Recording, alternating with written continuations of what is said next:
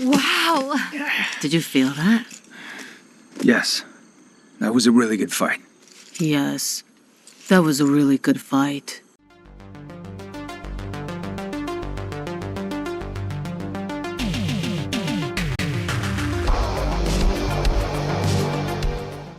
Hi, this is the Professional Amateur Hour coming to you with another review.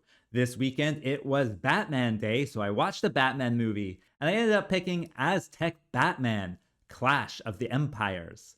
And this 2025 film was directed by Juan Jose Meza-Leon and stars Raymond Cruz, Jay Hernandez, and George R. Gutierrez, among others, of course. So what is the story of Aztec Batman? Well, with this one, it follows when Cortez and his conquistadors came to the New World and tried to search for some gold. Of course, the story goes that he, burnt down a few cities and committed a few atrocities and kidnapped the king and, all of this other type of stuff. Along the way, though, one of the Aztecs kind of gets his parents killed and then becomes the Batman after some training. And of course, it's his origin story, so he has to develop his Batman skills and, develop his costume and his tactics and that type of stuff. And ultimately, he becomes the Aztec Batman to take on Cortez and his evil. With that being said, what will happen? Well, for that, you gotta watch the movie and find out. Alright, so let's discuss this film. Well, this one, I did watch it on Batman Day, which is the third Saturday in September. They have had this ever since, I guess, the 75th anniversary of Batman. And so, of course, on Batman Day, I'm going to watch a Batman movie, and I selected this one because it was Aztec Batman. I was like, Aztec Batman! That's some, multiverse type of stuff. So let's check it out.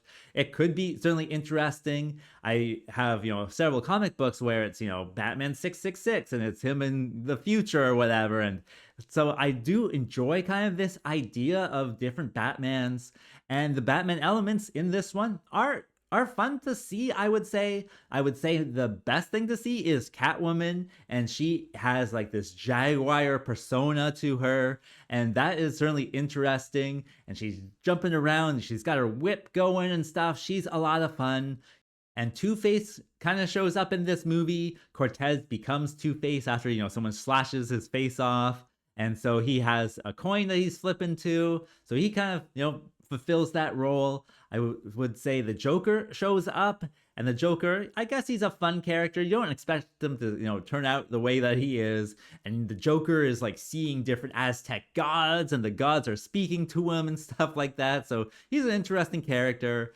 And then the Batman by the end looks really cool, I gotta say. He has a real bat outfit, and he's protected by the Bat Aztec god and stuff like that. So his look in the end, gotta say, is really cool as well. So certainly the Batman elements are, fun to look at.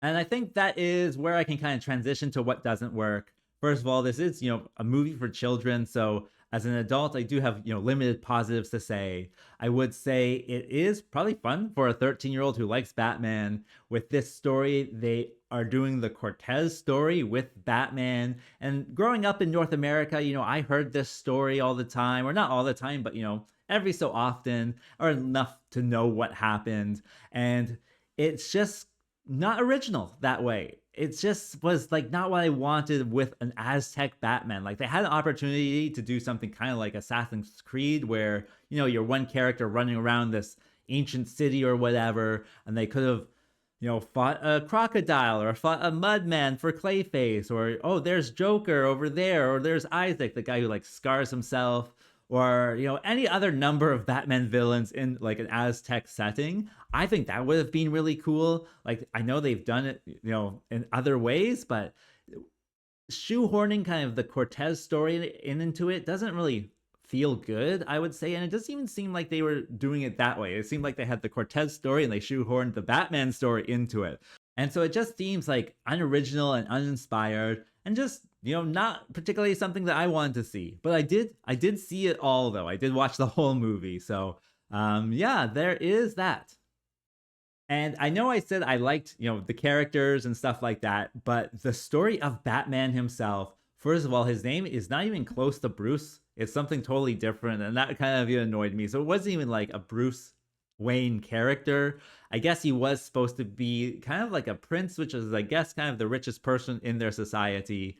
And it just didn't feel right, I gotta say. Like, the way that they do it, like in the Batman story, I guess it's the Joker who actually kills his parents ultimately, or at least in some retellings of it. And so he just kind of loses his parents in a fire, and that's, you know, how it's done.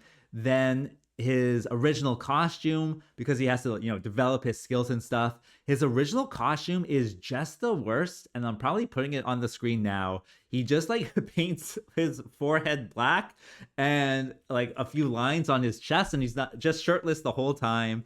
Luckily though, he does get a bat suit, and he upgrades it and upgrades it and upgrades it, but at the start, when he's just figuring out what to do, it doesn't look good, and it's just kind of like insulting, I would say, for Batman fans. So it just doesn't feel right with this character. He's not even like named Bruce or anything like that. He could have done it where, again, people can get murdered in the back alley behind your pyramid or whatever, right?